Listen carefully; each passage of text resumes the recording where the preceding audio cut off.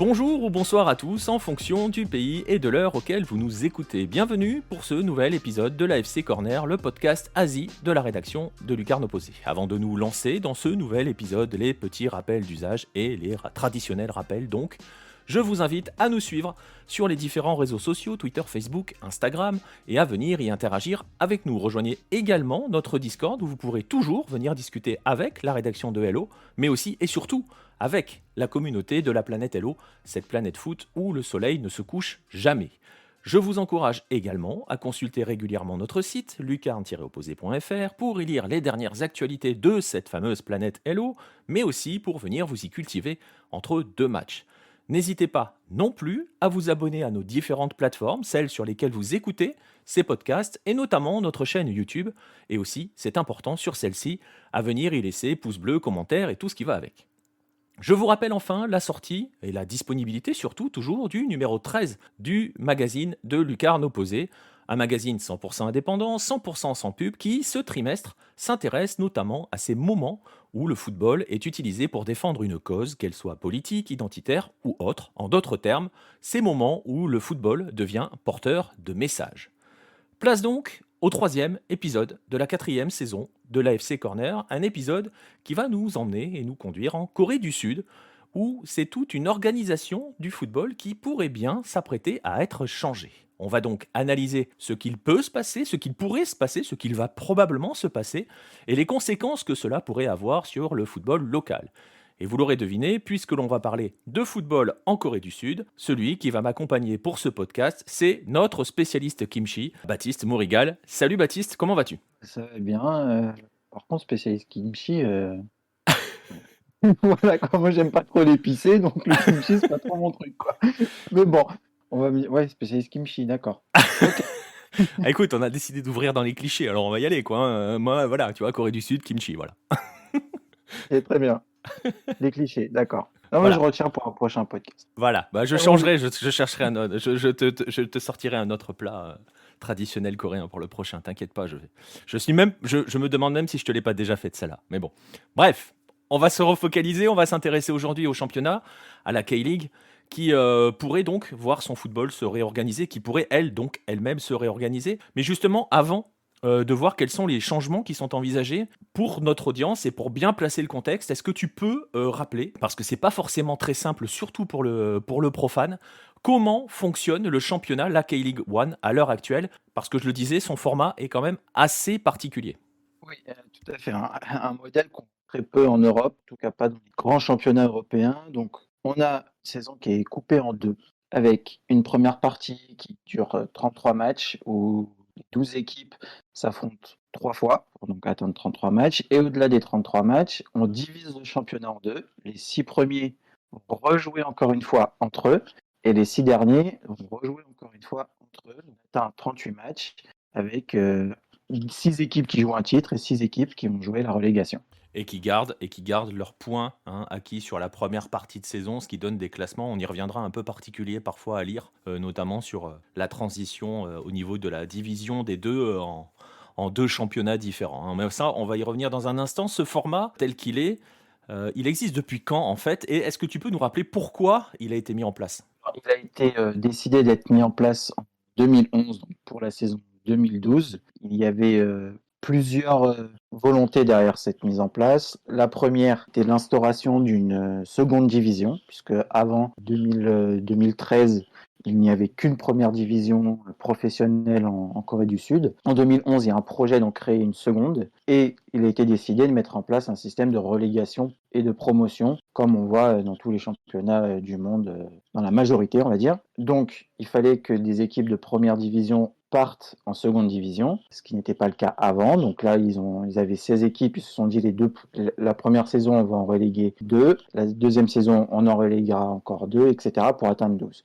Et l'autre mesure, puisque on pourrait me dire, mais pourquoi faire un championnat coupé en deux et pas uniquement un championnat normal, toutes les équipes s'affrontent et puis les derniers descendent. Tout simplement parce qu'en 2011, il y a eu ce grand scandale de corruption dans le foot sud-coréen qui a touché pratiquement tous les clubs, beaucoup de joueurs, beaucoup d'entraîneurs, avec de lourdes sanctions. On va pas revenir dessus, on l'a largement abordé sur le site internet ou sur les magazines. Et donc, la K-League réfléchissait à faire en sorte que les équipes qui ne jouaient plus grand-chose aient toujours quelque chose à jouer et ne pas succomber à l'appel de la corruption des équipes bien classées pour truquer les matchs. Et ils se sont dit, si on coupe le championnat en deux, celles qui sont moins bien classées, elles vont affronter des équipes qui sont potentiellement dernières, donc elles vont perdre des points sur elles et potentiellement se retrouver en difficulté. Donc c'était de relancer un intérêt pour ces équipes, que le championnat était coupé en deux. Et ils ont pris notamment l'exemple de l'Écosse, où on avait ce même système. Donc on avait déjà un premier rapprochement à se focaliser sur l'Europe, et c'est le championnat écossais qui avait fait office d'exemple. Tu parlais de ce scandale, hein, on en parle dans le magazine numéro 10, hein, si j'ai bonne mémoire. Donc voilà, on a ce format particulier. On va y revenir dans un instant parce que, on l'a dit, on le voit souvent, on le voit aussi dans la réaction. Parfois, c'est difficile de lire le classement en fin de saison, hein, pour dire les choses clairement. Et pourtant, ce format-là, donc, pourrait être modifié, pourrait changer. On pourrait se réorganiser au niveau de la K-League, hein. C'est les grandes rumeurs du moment et c'est probablement ce qui va se passer, hein. Tu me confirmeras ou pas. Mais plusieurs pistes suggèrent que donc ce format va être changé. Justement, Baptiste, quelles sont les pistes qui sont envisagées ou quelle est la principale, surtout, qui est envisagée? Ce qui nous fait dire que ça va changer progressivement, c'est que la K-League est en train de créer une pyramide du football qui n'existait pas avant.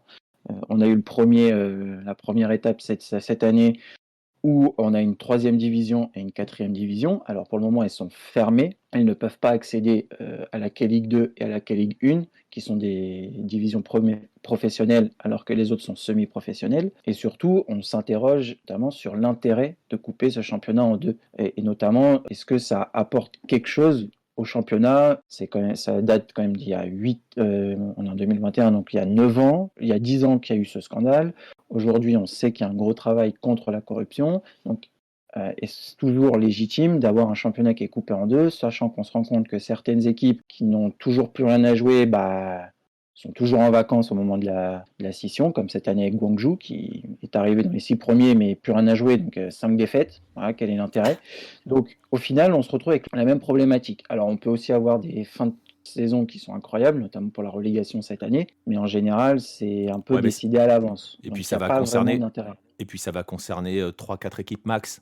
Donc le C'est ça. problème du ventre mou va rester le ventre mou, quel que soit le format. C'est ça. Donc, et puis, on se dit, jouer 3 fois les mêmes, puis ensuite encore une fois les autres, est-ce que ça a vraiment d'intérêt, notamment pour le super match? Voilà, je fais un exemple. Aujourd'hui, le super match, il est qui est le plus gros match, donc la plus grosse rivalité dans le foot sud-coréen entre Séoul et Suwon. Et ben, le super match, l'année dernière, il s'est joué dans la relégation. Voilà, il n'y a pas d'émulation, tout le monde s'en fiche. Donc, au final, on a très peu d'intérêt, très peu d'attachement à ce système-là, et il y a beaucoup de spéculation de se dire on veut se rapprocher des Européens, on veut attirer les regards des pays étrangers sur la K-League pour diffuser les matchs, pour la vendre. Et donc, pourquoi pas se mettre à un système qui est bien connu. Donc, peut-être changer le nombre d'équipes pour avoir une saison de 38 matchs, puisque c'est un format qui est courant. Ou alors augmenter pour être à 18 clubs et avoir 34 matchs comme en Allemagne.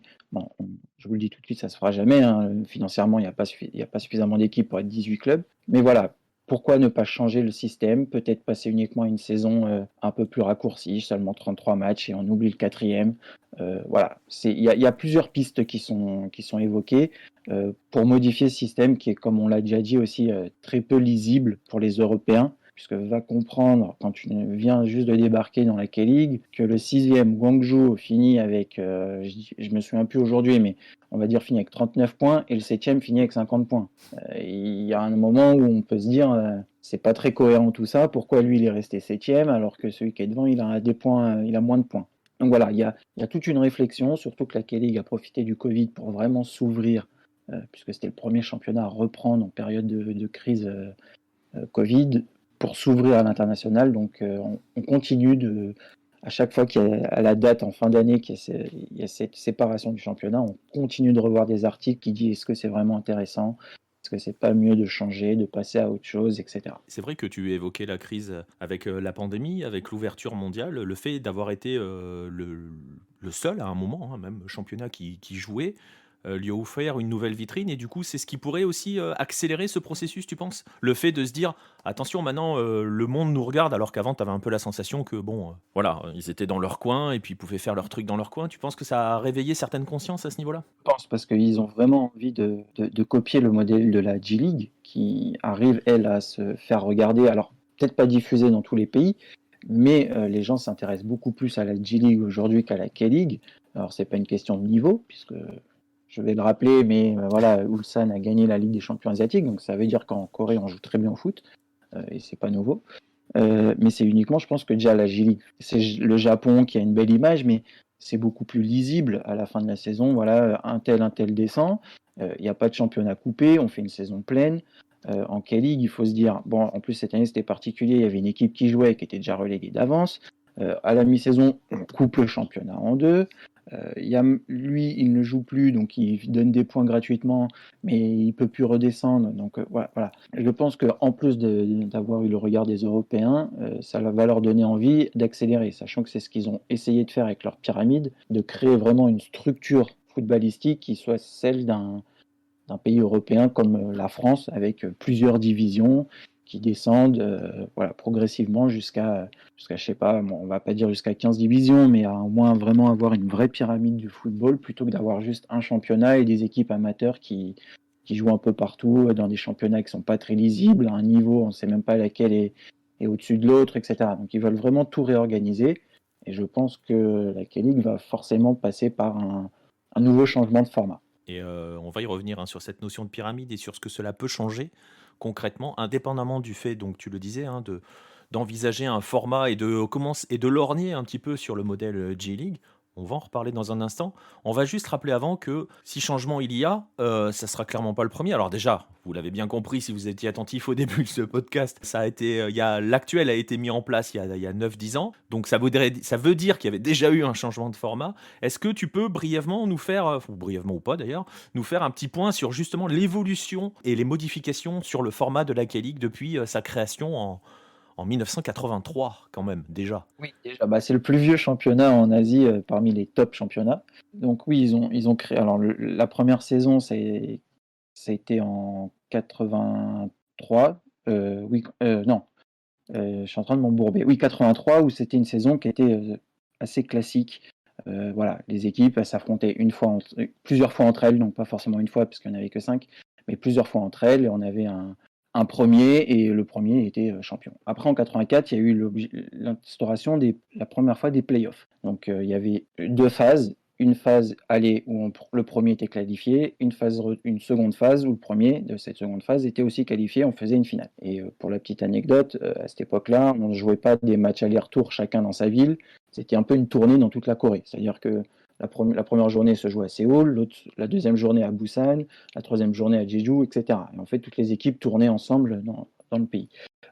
Ce modèle-là, encore une fois, a été modifié l'année suivante. On est passé à un championnat classique. Ensuite, l'année d'après, retour des playoffs. Voilà, la K-League a passé son temps à changer. Les playoffs ont disparu en 86 pour revenir en 95. Ils sont restés 2 ans. Après, en 98, on les a remis. Cette fois, pas uniquement avec les deux premiers de chaque phase, mais en qualifiant 4 pays. En 2000, on les refait disparaître. On l'a fait revenir en 2004. En 2006, on a décidé que ça ne serait plus 4, mais pour la saison d'après, on mettrait 6 équipes en play-off. Enfin voilà, ça a passé son temps à bouger pour des raisons que j'ignore. Je n'ai pas trop tout saisi pourquoi on avait décidé de tout bouger, peut-être pour rendre un peu plus compétitif, à se dire voilà, il y a plus d'équipes qui vont aller se qualifier, ça fera des modèles de play-off. On va se focaliser comme le fait le baseball, à avoir le premier qui est directement qualifié pour la finale, puis le deuxième attend que le 3 et le quatrième s'affrontent, etc. Mais ça a énormément bougé pour se stabiliser un peu plus en 2012, même si on a eu besoin de réduire le nombre de clubs. C'est quand même le format qui a duré le plus longtemps, si on peut dire. C'est-à-dire Ouais. que depuis 2012, on n'a pratiquement pas modifié le modèle. Voilà, on est toujours sur un championnat qui se divise en deux au bout d'un certain nombre de matchs. Et ça fait maintenant, ça va faire la 10e saison, si je calcule bien, qui va commencer comme ça. Et c'est la plus longue série, la fin d'une saison qui n'évolue pas dans son format. Ouais, ça fait, ouais, une bonne décennie, de ce format. C'est pas mal, mais là où c'est intéressant et on tu l'as évoqué, hein, dans ce cheminement et dans cette façon de réorganiser, de mettre en place ces playoffs, tu as évoqué, le parallèle avec le baseball. Maintenant, si on commence à s'intéresser avec cette instauration d'une pyramide du football, comme tu l'évoquais tout à l'heure, on se rend compte finalement que c'est peut-être un choc culturel qui se prépare parce que et on l'avait vu, hein, nous, on l'avait vu sur Hello parce qu'on avait, tu avais traduit notamment des articles de K-League United, avec qui on avait vu cela, où il y avait ce côté, on lorgne un petit peu sur ce que fait la MLS, on regarde un petit peu, et il y avait quelques parallèles, hein, le côté ligue fermée, bon, même si elle ne l'est plus, hein, la Corée, on a bien compris que la K-League ne l'est plus, donc depuis 2012, mais sur cet héritage des franchises, ces systèmes de play-off, on lorgnait beaucoup sur le modèle MLS. On peut faire un parallèle que tu vas adorer, c'est l'Australie. Mais au final, on s'aperçoit qu'ils ont eu la même stratégie dès le départ, hein, c'est-à-dire qu'ils avaient un président de fédération qui n'avait qu'un seul modèle, c'était la MLS, avec des franchises fermées, avec des histoires de marché, avec des équipes qu'on n'hésitait pas à relocaliser. C'est ce qui est arrivé, hein, il y a, bon, pas depuis 10 ans, mais pas trop, en Corée, mais il y a eu des équipes qui ont été relocalisées en Corée du Sud quand il a fallu construire des stades, hein. J'invite les gens à relire bah, notamment les articles sur le super match, etc., où vous verrez que voilà, il y a des histoires de relocalisation entre guillemets de franchise, même si c'est pas tout à fait le terme approprié. Mais tout ça pour dire qu'on a longtemps regardé vers la MLS, l'Australie le faisait pareil, et maintenant tout le monde commence à regarder vers la J-League et vers la pyramide à l'européenne. C'est un vrai nouveau modèle. Est-ce que, enfin, et cela, ça ferait que en Corée du Sud, le football se démarquerait du baseball, notamment, et des autres sports.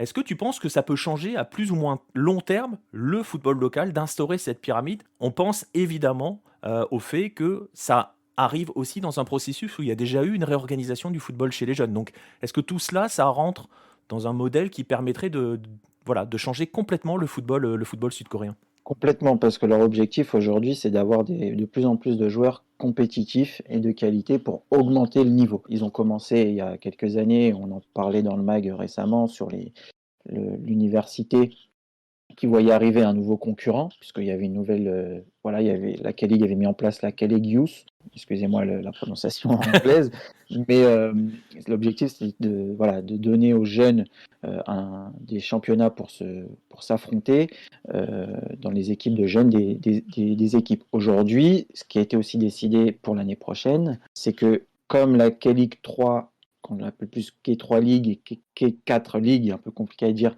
sont bien instaurés, on fait une première saison, les équipes réserves des clubs professionnels vont jouer dans ces deux nouveaux championnats qui ont été instaurés en 2020. Et l'objectif, c'est de leur dire, si vous jouez, si vos équipes vont participer, il faut mettre des jeunes dans votre 11 de départ, dans votre feuille de match, dans les groupes, pour que eux puissent jouer. Parce que l'objectif, c'est que eux se développent. Donc on va retrouver un peu un modèle là aussi, hein, je pense aux Pays-Bas où par exemple, les équipes de jeunes de l'Ajax jouent en seconde division. Ou l'Espagne, par Et, exemple. ou aussi en Espagne, ou en Allemagne, où le Bayern, son équipe de jeunes a gagné la troisième division allemande. Donc là, on va avoir le même système en privilégiant les jeunes. Donc eux vont jouer à un niveau semi-professionnel, qui est peut-être potentiellement plus élevé que leur niveau entre jeunes, ou que uniquement la Air League, qui était la compétition des équipes réserves de K-League. Donc oui, il y a vraiment toute une volonté de créer cette pyramide et de permettre aux gros clubs d'avoir des joueurs dans leurs effectifs qui vont jouer dans ces divisions inférieures pour les développer et pas uniquement avoir des joueurs qui ne jouent pratiquement rien et qui stagnent en termes de niveau. Et ça permet aussi d'envoyer des joueurs en prêt dans ces clubs-là, qui ne sont plus des clubs un peu perdus dans la nature, mais on peut les envoyer en prêt. Ils sont dans une ligue structurée. On peut également des jeunes qui ne sont plus sous contrat, bah, ils ne sont plus lâchés dans la nature et on ne les retrouve plus. Là, ils peuvent rejoindre des clubs de K3 League ou de K4 League et avoir quand même gardé un niveau assez élevé, entre guillemets, plutôt que de rejoindre quelque chose d'amateur où on a un niveau qui est vraiment ridicule. Bon, en toute proportion gardée, on est en Corée du Sud. Donc il y a vraiment une volonté de créer tout ce système pour augmenter au final le niveau du football sud-coréen. Ouais, et puis ça peut avoir d'autres répercussions, hein. Je parlais tout à l'heure, même si hein, on est d'accord, le terme est impropre hein, sur la notion de franchise, on peut donc maintenant envisager Parce que forcément, si tu mets en place un système pyramidal à X divisions, parce que tu le disais toi-même, hein, il n'est pas forcément question de faire 15 divisions, mais voilà, qui en est déjà, s'il y en a 4, tu peux imaginer aussi à terme qu'il y aura une vraie possibilité d'ascension de la K4 jusqu'à la K1 concrètement. C'est un peu l'objectif. Alors aujourd'hui, les deux premières divisions sont professionnelles et sont pour le moment fermées, parce que ah, parce qu'opérer un club, ça coûte quand même de l'argent. En Ouais. Corée, on a l'habitude d'avoir des clubs qui sont lancés et puis après, on dépose le bilan et on disparaît. Donc pour le moment, les équipes de division semi-professionnelle ne peuvent pas accéder à la K-League 2 et donc n'ont aucune possibilité d'accéder en K-League 1. Mais l'objectif, c'est que dans quelques années, j'ai plus la date exacte en tête, mais dans quelques années, c'est que la K-League 2 puisse s'ouvrir aux vainqueurs de la K3 League et qu'on puisse avoir une promotion-relégation. Mais la K-League veut aussi attendre un peu avant de faire ça, que ça, économiquement ça se stabilise bien, parce que le club de K-League 2 qui risque de descendre, ça peut lui faire très mal, lui aussi, sur le plan économique, sachant qu'il y en a déjà qui sont très fragiles. Je pense que le jour où ils vont vraiment acter que la K-League 2 puisse s'ouvrir aux vainqueurs de la K3 League, la K-League 1 va changer de format, parce qu'on ne pourra pas avoir une K-League 2 qui a un format aujourd'hui qui est basé sur un championnat classique avec ensuite à la fin des playoffs pour la promotion, un peu comme on peut le retrouver je crois en ce moment en Ligue 2 et avec la Ligue 1 où voilà, il y a un... Non, je sais plus si en Ligue 2 il n'y a pas un playoff entre le Si, si, quatrième et le en troisième. Ligue 2, tu as des barrages. Oui, c'est ça. Ouais, ouais. Tu as des barrages, Bah, tu as une aujourd'hui, succession de barrages avant de pouvoir accéder à un dernier barrage face au 18e de Ligue 1. voilà, c'est ça. Bah, là, aujourd'hui, il y a le même système et je ne pense pas que on va garder un système où le championnat se coupe en deux en K-Ligue 1 alors que les autres championnats vont se jouer Ouais. uniquement sur des playoffs pour la promotion. Je pense qu'on va revenir à un système un peu plus euh, classique et je pense que ça sera à ce moment-là, quand tout sera bien sécurisé sur l'aspect économique et sur l'aspect structurel pour pas qu'il y ait une ligue qui fasse faillite d'ici 3-4 ans parce que les clubs ont complètement disparu. Mais ce qui est intéressant, et ce sera probablement ma dernière question par rapport à tout cela, c'est qu'il y a un grand processus général où on voit que ça change. Tu l'as évoqué déjà dans divers articles. On l'avait, et je parlais de ces fameux articles avec K-League United sur l'inspiration MLS, avec les stades et tout. On s'aperçoit finalement que on est en train de reconstruire des stades qui sont à dimension humaine, j'ai envie de dire. Maintenant, on envisage d'instaurer une véritable pyramide de football. Voilà, les choses bougent, hein, c'est assez intéressant. Alors que, tu l'as déjà dit, la Corée du Sud, c'est quand même l'un des championnats majeurs en Asie. Il faut vraiment le rappeler aux gens. On ne parle pas d'un championnat qui est en train d'émerger. On parle d'un vrai championnat majeur de la zone asiatique. Au point de vue des suiveurs, ça marche comment? Ça fonctionne comment? Ils le voient comment ce type d'évolution? C'est entre guillemets réclamé? C'est quelque chose qui est dans l'air du temps de tout? Parce qu'on imagine qu'un amoureux de football en Corée du Sud ne se nourrit pas que de football sud-coréen. Il le voit comment, ce genre de choses-là? Est-ce que tu as des idées là-dessus? Est-ce que tu sais comment c'est vécu, c'est vu, ce genre de perspective? C'est vu plutôt positivement parce que quand il y a ces changements et ces évolutions, on leur dit que c'est pour augmenter le niveau. Donc forcément, on y croit et en plus, on prend l'exemple sur l'Europe. Alors l'Europe, Ouais. on va pas on le cache à personne, mais l'Europe, c'est un peu le modèle à suivre. C'est là où on joue le meilleur football, c'est là où il y a les meilleurs joueurs, les meilleures équipes. Donc quand on dit qu'on va s'inspirer de l'Europe, forcément, c'est positif pour le suiveur. Et puis, c'est toujours bon à entendre de se dire, voilà, on travaille pour essayer de ressembler à quelque chose d'européen, d'avoir une vraie structure. Même si on part de loin, c'est plutôt bien accueilli. Il y a même des, on va pas dire des débats, mais il y a quand même certaines personnes qui réclament un petit peu à modifier certaines choses. Le fait de pouvoir envoyer les équipes réserves dans les divisions inférieures, ça fait plusieurs années que certaines personnes en parlent. De se dire, mais ça sert à rien de les laisser en Air League, en plus en Air League, Réserve League, hein, tout bonnement. Par moment, les matchs étaient annulés parce que l'équipe s'est pas déplacée, il y avait pas les joueurs. Enfin, Et l'intérêt est donc c'était, limité. voilà, l'intérêt était limité. C'était un peu, quand on avait envie, on y allait. Donc là, de vraiment tout structurer, c'est bien accueilli. Et surtout, hein, on le dit aussi, ça peut, enfin, je sais pas si tu seras d'accord avec cela, hein, ça peut aussi contribuer à continuer de développer un peu la culture foot, parce que le jour où tu as une pyramide, hein, on le disait, on l'évoquait, imagine à terme un club de K4 qui fait une série d'ascensions pour arriver en K1, forcément, ça peut aussi entraîner une certaine, comment dirais-je, un certain enthousiasme et générer voilà, générer de l'engouement, c'est le mot que je cherchais, dans la ville où il est, quoi. Concrètement, c'est ça aussi. C'est ça, c'est que ça permet aussi de créer des clubs, dans des villes qui soit n'en avaient pas, soit n'étaient pas à un niveau extraordinaire. Donc ça peut leur permettre, elles, de progresser, de créer une petite communauté autour et forcément, si ça a des résultats, la communauté va grandir, on va avoir plus de Voilà. sans doute plus en termes économiques, plus de rentrées d'argent et cetera. Puisqu'aujourd'hui, le gros problème de la K-League par rapport aux autres championnats, c'est l'économie. C'est vraiment le championnat parmi les 3 grands. Même je pense que l'Australie, est économiquement est bien plus puissante que la K-League, mais avec la Chine et le Japon, ça souffre considérablement en termes économiques. Donc l'objectif, il est là aussi. On peut se dire que si on crée bien la chose, on peut avoir plus de rentrées d'argent, on peut avoir plus d'émulation, on va peut-être pouvoir plus diffuser de matchs. Voilà, donc il y a quand même toute une réflexion, je pense, derrière, qui est aussi basée sur l'économie du football en Corée et notamment aussi faire revenir les gens dans les stades. Ouais, et ça, tu parlais de l'Australie, hein. Je suis pas convaincu, hein, que l'Australie soit une grosse puissance financière vu comment ils galèrent, mais ça, c'est un autre débat. Mais c'est vrai que voilà, c'est des choses que l'on voit en commun, hein, entre un petit peu sur ces pays qui ont des championnats avec où il a longtemps été question d'abord de marcher et d'occuper des places fortes. Voilà, c'est en train de changer. On en parlera un autre jour peut-être de l'Australie avec aussi cette volonté de faire des promotions relégation. Il y a des différents articles sur le site à ce sujet. Donc voilà, pourquoi pas une pyramide aussi arriver en Corée du Sud. On suivra ça avec attention dans les prochains mois parce que c'est une affaire de mois, hein, c'est pas une affaire de décennies, on est d'accord, hein. Non, je pense pas. En plus, ils ont un peu l'ambition d'organiser encore la Coupe du Monde. Donc, quand on sait qu'on va organiser une Coupe du Monde, en général, on bouge très vite pour plaire à Ouais. la FIFA. Alors, on parlait de 2030, mais on va pas revenir sur le débat. 2030, si ça se fait en Corée du Sud, parce que voilà, il y a la volonté de le faire avec la Corée du Nord, mais si ça se fait en Corée du Sud en 2030, ça serait une aberration. Mais pourquoi pas 2034? Et on a vu que quand ça a été donné à la Corée en 2002, les choses ont bougé très très vite. Ils ont vraiment accéléré le mouvement. Donc d'ici, je pense 2024-2025, il y a des choses qui peuvent bouger. Mais c'est un formidable catalyseur, hein, l'organisation d'une Coupe du Monde, ou ne serait-ce que de se lancer dans une campagne pour avoir l'organisation. Bah écoute, on suivra ça avec attention. Merci à toi, Baptiste, d'avoir passé ce podcast en ma compagnie.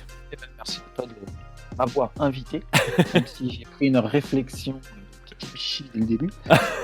Je ne suis pas rancunier, je suis resté jusqu'au bout.